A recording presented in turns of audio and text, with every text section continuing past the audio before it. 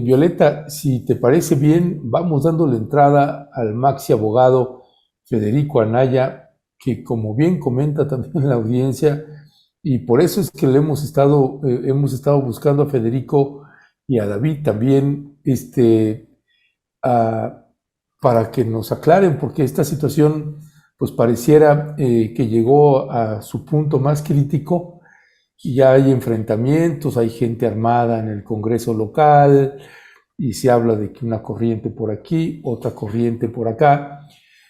Finalmente, ¿quién tiene la razón y quién va a decidir qué es lo que va a suceder ahí? Hoy el presidente, me pareció escucharlo al presidente López Obrador muy categórico en decir, no vamos a intervenir.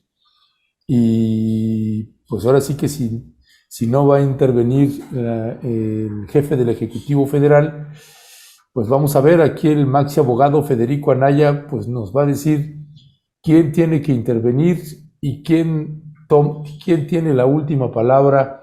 Así que el maxi abogado, que quién sabe dónde está ahora, mire, está en un lugar bastante extraño, así que ya nos En contará una cabina Federico de Anaya. rock, parece. Parece ándale, una cabina de rock.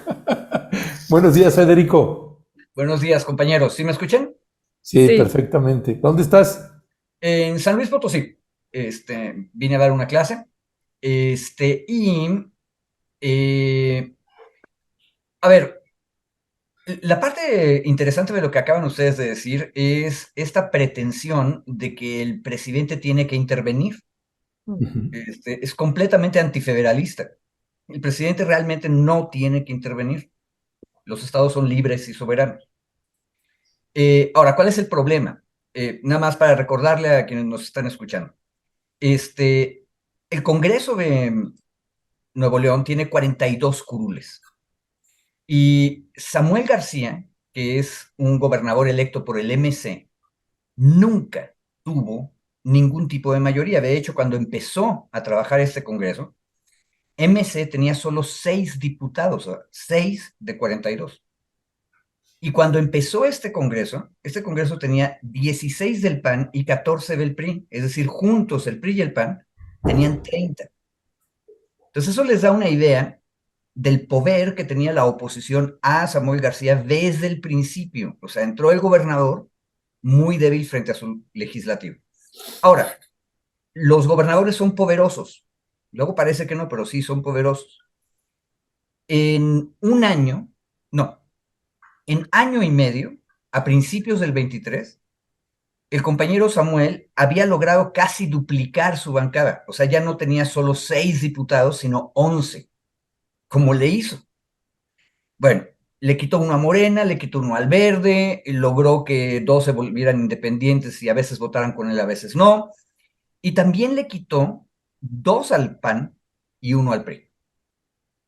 Entonces formó una coalición nueva, pero de todas maneras, el PRI y el PAN seguían teniendo 27 diputados. ¿Y por qué los números son importantes? Porque para tomar decisiones duras, fuertes, tú necesitas tener 28 diputados, que son 2/3 partes. Entonces, los panistas y los priistas nada más están a un voto de esa decisión fuerte, desde marzo de este año. A eso súmenle ustedes que pasan cosas raras.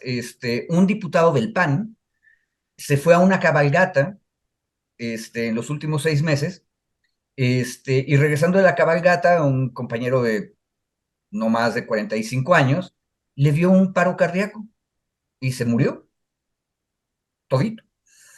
Y entonces viene un debate acerca de quién tiene que sustituirlo y otra vez el gobernador y MC dicen hay que le corresponde a y la fracción panista, priista dice no, le corresponde a esa otra persona. Este tipo de pleitos lleva 2 años sucediendo en Nuevo León.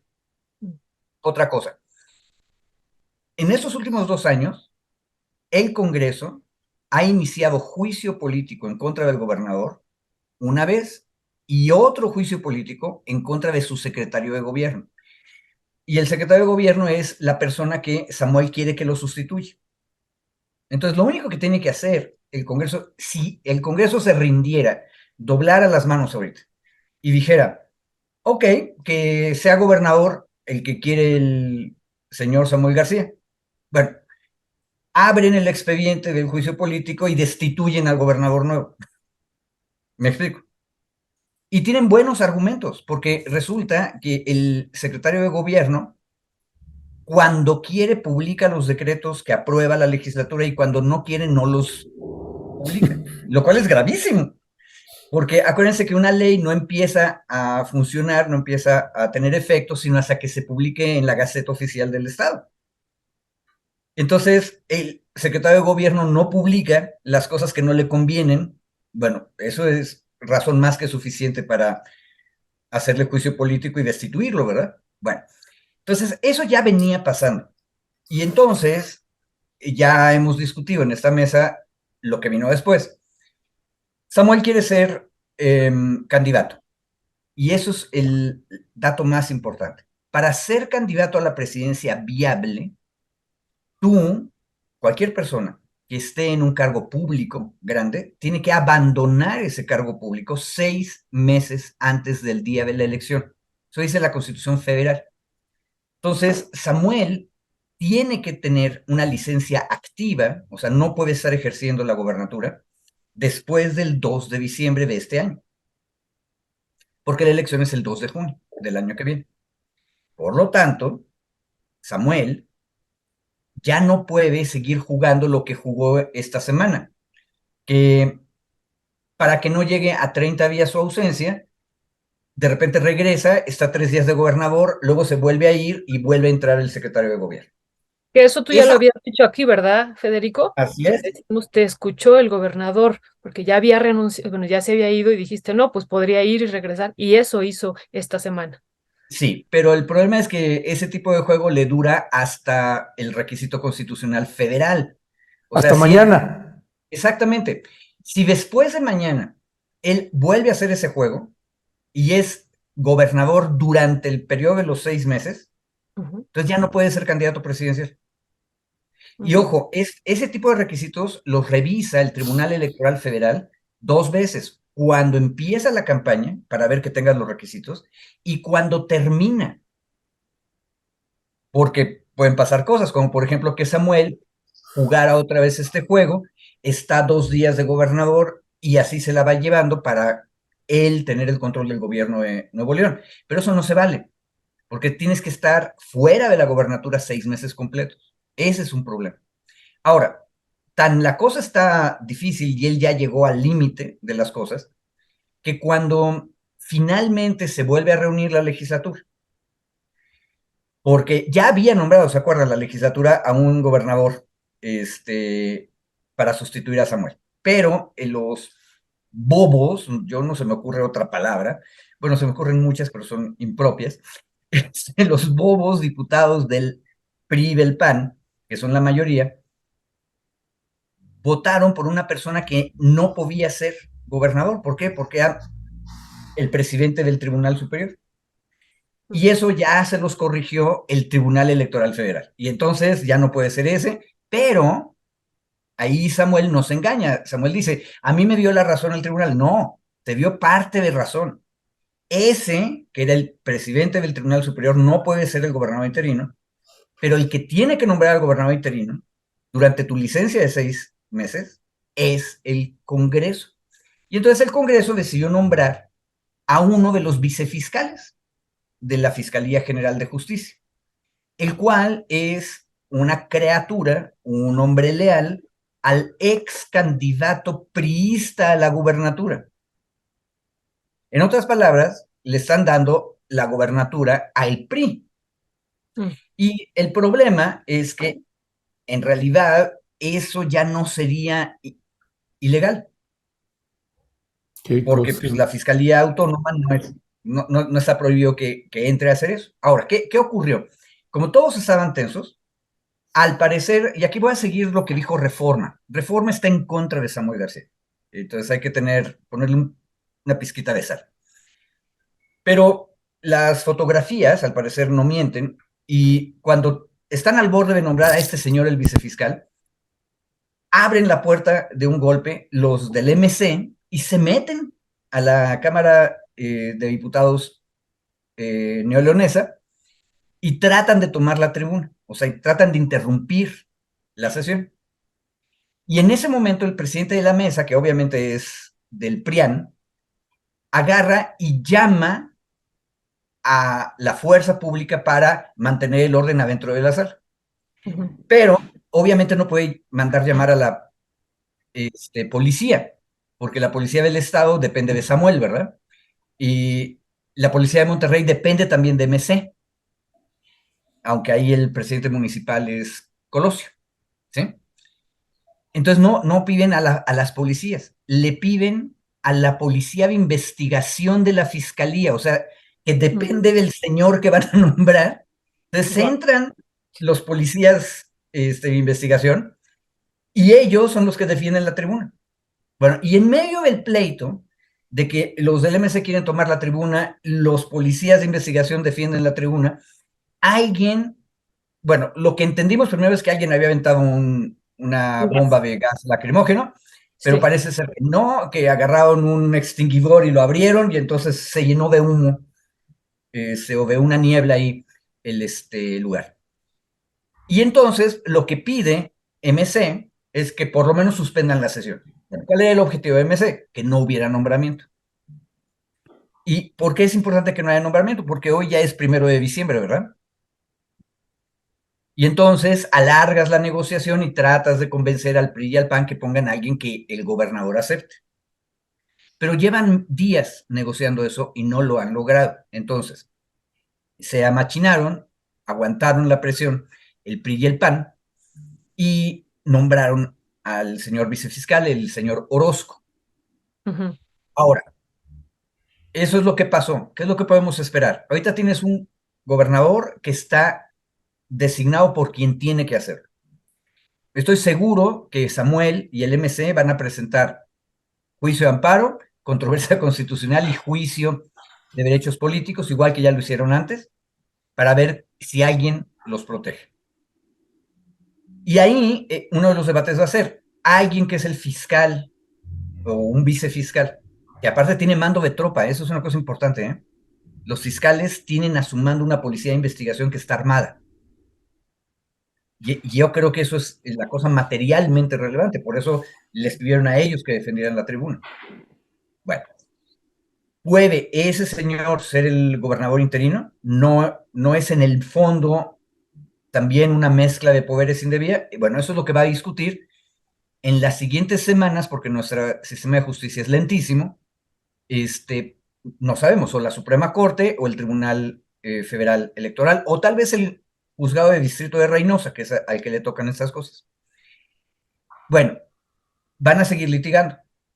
El problema práctico es que Samuel, que se acuerdan que entró, estuvo 3 días de gobernador y se volvió a ir, está pretendiendo que como se acaba de ir, entonces vuelven a correr los 30 días en los que en automático lo sustituye su secretario de gobierno.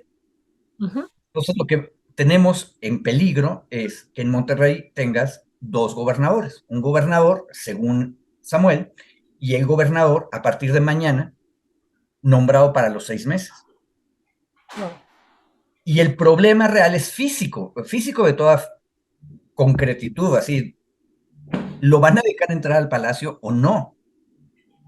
Y ahí el problema es que el secretario de gobierno actual es el que tiene el control de la policía del estado.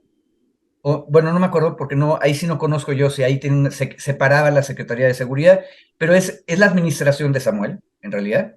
Ellos tienen el control de la policía estatal y MC tiene el control de la policía municipal de Monterrey. Bueno, entonces la pregunta es, ¿la policía regia o neoleonesa se van a oponer a que el gobernador nombrado por el Congreso tome posesión del palacio o no? Y ese señor, ya vimos que sí tiene el apoyo de la policía ministerial, entonces tú tienes a los dos lados con una fuerza armada. O sea, creo que no estoy exagerando, estoy diciendo lo que está pasando, y ya vimos que la cosa puede terminar en forcejeos y con humo en una sala. Por suerte no era gas lacrimógeno, por suerte no hubo fuego real, pero la cosa es muy tensa y es peligrosa. Y un último comentario. He mencionado como 3, 4 veces al presidente municipal de Monterrey, que es Colosio hijo. Él era uno de los potenciales candidatos presidenciales del MC, pero él decidió que se separaba, que él no quería jugar en esta ocasión, 2024, para la presidencia. Él es de MC, en principio está del lado de Samuel, pero él sí hizo una declaración en los últimos 5 días donde decía, tal vez debería intervenir el Senado. Mm. Y entonces terminó, porque no es el presidente el que tiene que intervenir. El Senado es la reunión, la asamblea de todas las entidades federativas. Acuérdense, hay 3, en realidad 4 senadores por cada entidad federativa. Y esos senadores y senadoras son los que pueden ver si hay algo que está funcionando mal en uno de los estados. Y el Senado es el que tiene la facultad de declarar que han desaparecido los poderes. Esa cosa que se oye tan fea, han desaparecido los poderes, es que en realidad ya no controlan el territorio, que no pueden gobernar su estado. Y entonces el Senado, que es la representación de la federación, lo que hace es ayudar al estado que tiene un problema y le nombra un senador. Dice Moisés Cepeda de la audiencia, ¿podrán declarar ausencia de poderes? Ah, Es sí. la desaparición de poderes. Podrían, pero hace muchísimo tiempo, fácil 40 años, no se ha declarado desaparición de poderes en México. Y en el nuevo régimen democrático en el que vivimos, sí, realmente necesitarías tener una situación de desgobierno generalizado grave. Fíjate, la última vez que estuvimos al borde de una desaparición de poderes fue en el año 2006, Oaxaca, la crisis de la APO, donde era evidente que el gobernador no podía controlar su capital. Y antes de eso, en el año 73, también en Oaxaca, el gobernador no controlaba ni la capital ni el istmo de Tehuantepec. Pero en ninguno de los dos casos se declaró la desaparición de poderes, Mm. porque es una cosa gravísima. Ojo, si el Senado dice que no hay poderes, bueno, le resuelve toda la bronca a Samuel, porque Samuel ya no puede ser gobernador, entonces puede seguir siendo candidato, ¿verdad? Sí, pero le da un golpazo a la candidatura. O sea, el candidato de MC es uno de los responsables, más bien, de las personas irresponsables que permitieron el desgobierno de Nuevo León. Él y todos los diputados del PRI y el PAN, por supuesto. Pero, digamos que eso es cirugía mayor, es como hacer una neurocirugía con un machete romo. Y la pregunta es, ¿quién llega a la gobernatura del estado donde se desaparecen los poderes? Mm. El Senado nombra un gobernador y el mecanismo es enredoso y ahí es donde aparece la presidencia de la República. El Senado le pide al presidente de la República que le mande una terna. Oye, Federico, pero justo el presidente hoy decía, me parece que en ese sentido, digo, dado que pues Samuel García ha señalado que solamente va a aceptar que Javier Navarro, su secretario general de gobierno, asuma, ¿no? Asuma como gobernador y que va a impedir pues que el otro, Enrique Orozco, pues que ya fue nombrado el miércoles, sea el gobernador, pues el presidente hoy dice, y justo es lo que yo te quería preguntar, no pasa nada si no hay gobernador, están los presidentes municipales, en realidad no pasa nada. ¿Y por cuánto tiempo podría pues estar un estado sin gobernador, Federico?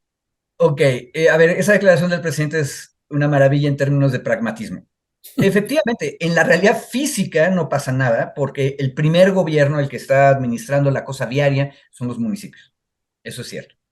Ojo, pero el presidente también está diciendo ahí un mensaje que tendría que oír Samuel. Ujú. La mayor parte de los neoleoneses viven en la zona metropolitana de Monterrey. No me acuerdo, son como 7 municipios metropolitanos. La mayor, 90% de la población vive ahí. ¿Sí? Y salvo el municipio de Monterrey, que es relativamente chiquito, todos los demás municipios están gobernados por el PRI o el PAN. Mm. Es bueno, parece ser que en Guadalupe el hijo de la alcaldesa decidió pasarse a Morena y entonces va a ser el candidato de Morena a la presidencia municipal. Pero el punto es que el PRI y el PAN, que son los que están en contra de Samuel, son los que controlan el gobierno municipal o la mayor parte de los gobiernos municipales. ¿Me explico? Ujú. Entonces, eso que parece ser una declaración a favor de Samuel, en realidad es una declaración que le recuerda a Samuel la debilidad de su gobierno. Porque no era un gobernador débil solo porque no tuviera suficientes diputados en el Congreso. Es un gobernador débil porque no tiene suficientes presidentes municipales. Mm. Y ojo, eso nos regresa a la elección del año 2021. Él era, al principio de la carrera electoral, el cuarto lugar. Y si ganó la gobernatura fue porque ocurrieron cosas completamente inesperadas. El primer lugar se cayó, que era la candidata de Morena, en un escándalo completamente inesperado. Luego el beneficiario, que era el del PRI, se derrumbó también. Y luego hubo otra bronca y el del PAN no cuajó. Entonces, ahora sí que el que iba en tercero o cuarto termina en primero. Mm. Pero los electores no están locos. Los electores votaron por una mayoría del PRI y el PAN en el Congreso y votaron mayoritariamente por PRI y PAN para los municipios. Entonces, sí, no hay bronca. Lo que creo que está haciendo el presidente, que es una cosa bien prudente, es no activar la desaparición de poderes. Porque en la desaparición de poderes lo que tienes en realidad es una intervención de los supremos poderes federales Mm. para poner orden en una entidad federativa. Y eso, en realidad, aunque es importante tener el mecanismo en caso de emergencia, es cirugía mayor. O sea, puedes provocar más broncas de las que resuelves. Ya. Ok, Federico, pues casi para ir cerrando, una cosa es lo que uno le gustaría que sucediera y otra cosa es lo que vaya a suceder. En un escenario técnico, digamos, legal, ¿cuáles son los escenarios que se tienen de lo que tendría que estar pasando? Déjame, te lo planteo así. Eh, el gobernador o el gobernador con permiso, ya no sé cómo está ahí ahorita Samuel García, o renuncia a su candidatura hoy, ¿Mm? No, ¿no? hoy no, mañana. Mañana 2 de diciembre, Uh-huh. que es la fecha límite de los 6 meses al 2 de junio, eh, o renuncia y reasume la gubernatura, que podría hacerlo en la inmediatez, o sea, cuando él lo decida, entiendo eso, Sí, o el Congreso local tiene que designar un nuevo gobernador o este que ya designó y no hay nada más que hacer. tal cual. Lo que acabas de decir es lo que va a ocurrir. El mejor de los escenarios para Samuel es que él se queja ante los tribunales y de repente los tribunales vuelven a decir que el Congreso se volvió a equivocar y este que nombró no está bien nombrado. Pero no van a cambiar su regla. Le van a regresar al Congreso otra vez las cosas. Y ahí es donde aparece la prudencia del presidente. El presidente dice, de todas maneras, en algún momento le van a atinar en el Congreso y van a nombrar a alguien que no tenga bronca. La verdad, a mí lo que me sorprende, siendo gente tan supuestamente leída y escribida, como dicen por ahí, el nivel de chambonería. Mm. O sea, las dos partes en este conflicto están jugando mal, cometen errores. Y se me olvidó decirles el error más horrible. Las reglas de la Constitución de Nuevo León que están ahorita funcionando son una reforma constitucional integral a la Constitución que propuso Samuel y que obviamente los panistas y los priistas se dieron cuenta que a ellos les convenía y se las aceptaron. Si ustedes regresan un año y 2 meses a la prensa de 2022, septiembre, octubre, noviembre, van a encontrar a Samuel presumiendo que lograron una nueva constitución para el nuevo Nuevo León. Y esa constitución que acaban de reformar hace un año es la que dice que él no puede nombrar a su sustituto. Él la puso. Él presumió la regla y ahora no le gusta. Eso es un nivel de irresponsabilidad imperdonable. Yo creo que por eso hasta su compañero de partido, que es Colosio, levantó la mano y dijo, tal vez hay que ir a tocar la puerta del Senado.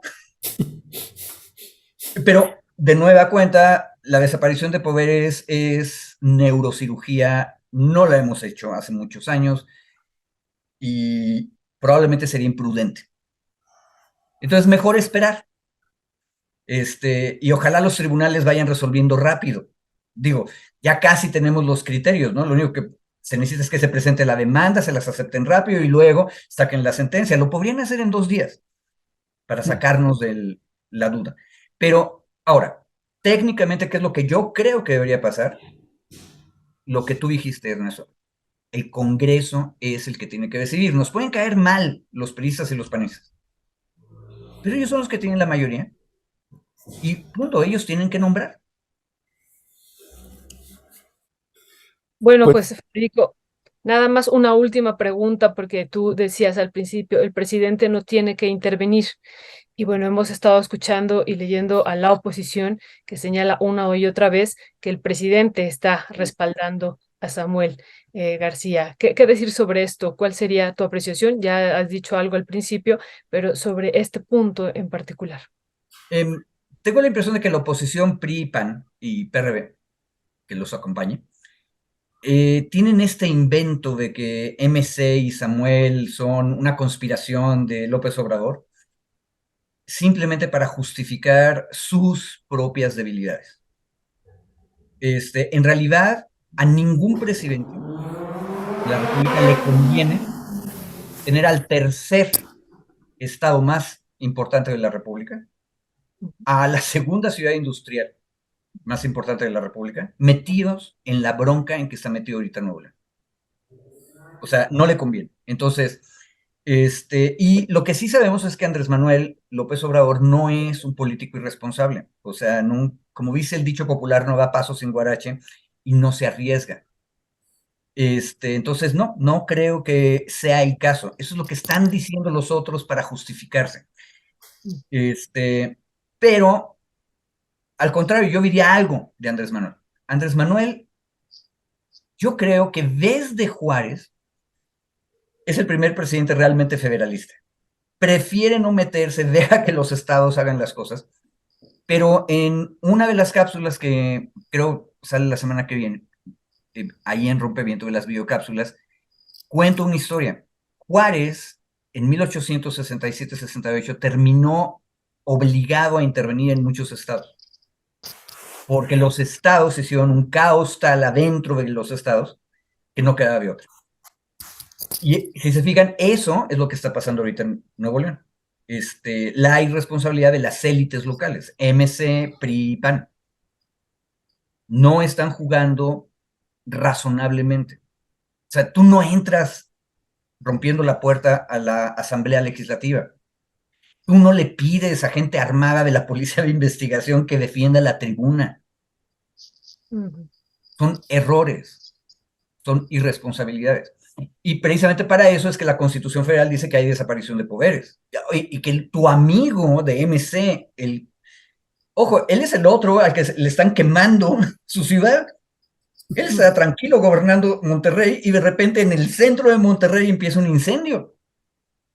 Pues, con razón Colosio dijo, oigan, ¿y si le avisamos al Senado?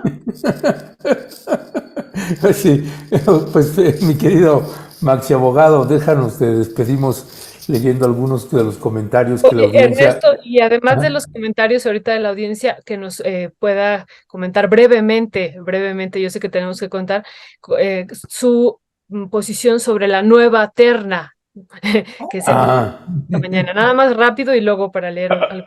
órale, órale. Dice Rubén Dirac, en Nuevo León, estado separatista. Albina González, perdón por mi ignorancia, ¿qué no nos pueden preguntar a los ciudadanos? Es otra buena pregunta. Es otra Sí, buena a ver, pregunta. si desaparecen los poderes, el gobernador que manda el Senado, con ayuda del presidente, su único trabajo es convocar elecciones. Ajá, ajá. Eh, eh, Liz Cohen, Don Federico, se nota el apoyo de AMLO al señor Samuel.